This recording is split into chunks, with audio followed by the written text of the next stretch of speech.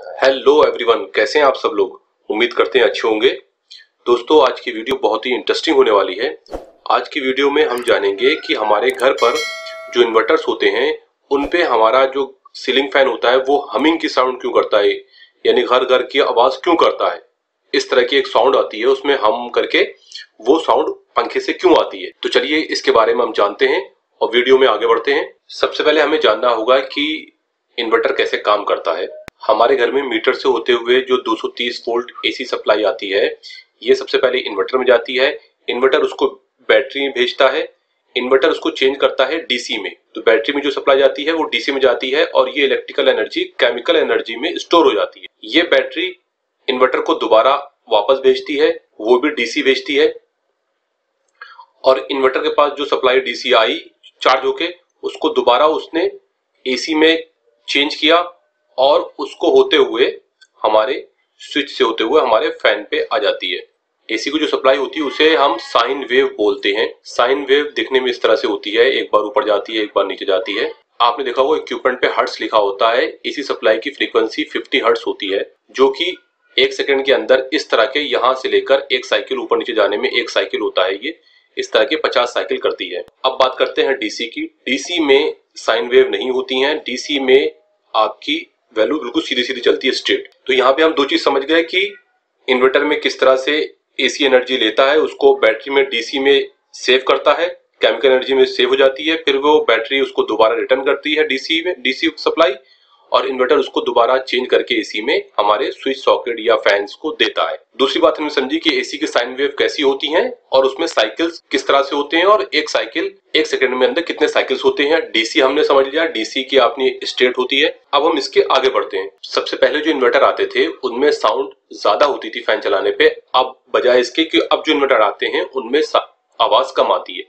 पहले जो इन्वर्टर जो सप्लाई देते थे उसे स्क्वायर वेव कहते थे, यानी वो साइन वेव की सप्लाई नहीं होती थी। फिर उसके बाद थोड़े एडवांस इन्वर्टर आए जिन्होंने कहा कि हमारी सप्लाई आउटपुट की सप्लाई जो है साइन वेव है, लेकिन वो प्योर साइन वेव नहीं होती थी। प्योर साइन वेव आपको देखना है तो वो यहाँ पर है कि बिल्कुल ऊपर नीचे जा रही है, एक सी जा रही है। इसे ही प्योर साइन वेव कहते हैं, जो हमारी नॉर्मल सप्लाई जो बिजली घर से हमें मिलती है। इन्वर्टर जो देता था पहले स्क्वायर वेव देता था जिसमें साउंड ज्यादा होती थी। फिर उसके बाद उन्होंने साइन वेव इन्वर्टर दिए जिसमें वो प्योर साइन वेव नहीं थी।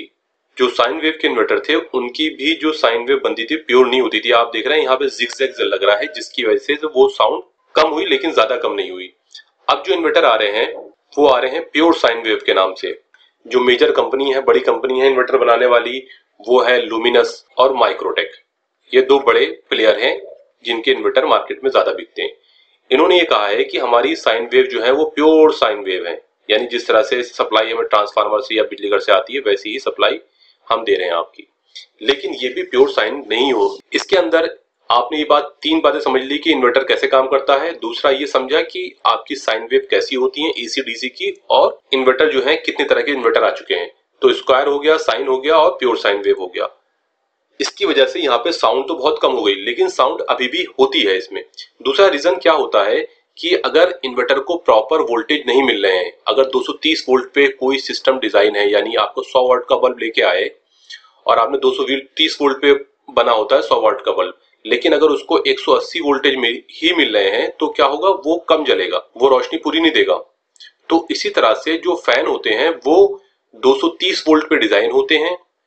फैन आपका 60 वाट का है तो 60 वाट का जो फैन है वो डिजाइन है 230 वोल्ट पे, लेकिन अगर उसको वोल्टेज पूरे नहीं मिल रहे हैं, 230 वोल्टेज ना मिलके आपको 190 मिल रहे हैं या 210 मिल रहे हैं, तो क्या होगा कि वो पूरी परफॉर्मेंस नहीं देता और उसमें साउंड बनी रहती है।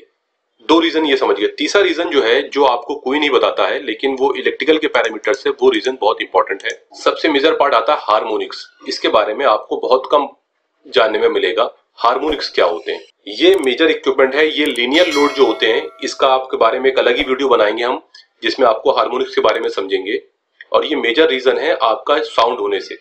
हार्मोनिक्स क्या होते हैं कि जो हमारी साइन वेव्स होती हैं, जो कि ऊपर नीचे जा रहा है, चाहे वो आपकी बिजली घर से आ रही हो या इन्वर्टर दे रहा हो, इसी के अंदर जो हमारे कुछ इस तरह के लोड होते हैं, इलेक्ट्रिकल लोड, जो कि आप देखेंगे जो टीवी के अंदर कंपोनेंट लगे होते हैं, सेमी इलेक्ट्रॉनिक डिवाइसेस होती हैं, जिनके अंदर वो एक से नहीं देते हैं, परफॉर्मेंस एक से नहीं देते हैं। उनका ग्राफ कभी ऊपर कभी नीचे और कभी आगे पीछे जाता है, जिसकी वजह से सिस्टम के अंदर हार्मोनिक्स आ जाते हैं। ये अपने आप में एक बहुत बड़ा चैप्टर है हार्मोनिक्स, जिसके बारे में हम आपको एक डिटेल वीडियो बनाएंगे। आप नीचे वीडियो में कमेंट करिए, हम हार्मोनिक्स पे भी आपको बताएंगे। हार्मोनिक्स के अंदर आपको देखना होता है first harmonic, third harmonic, fifth harmonics, और इसकी कैलकुलेशन बहुत इंपॉर्टेंट होती है। हमारे जो लाइन है इनके अंदर हार्मोनिक्स नहीं होनी चाहिए, वरना ये इक्विपमेंट जो लगे होते हैं उनको नुकसान पहुंचाते हैं।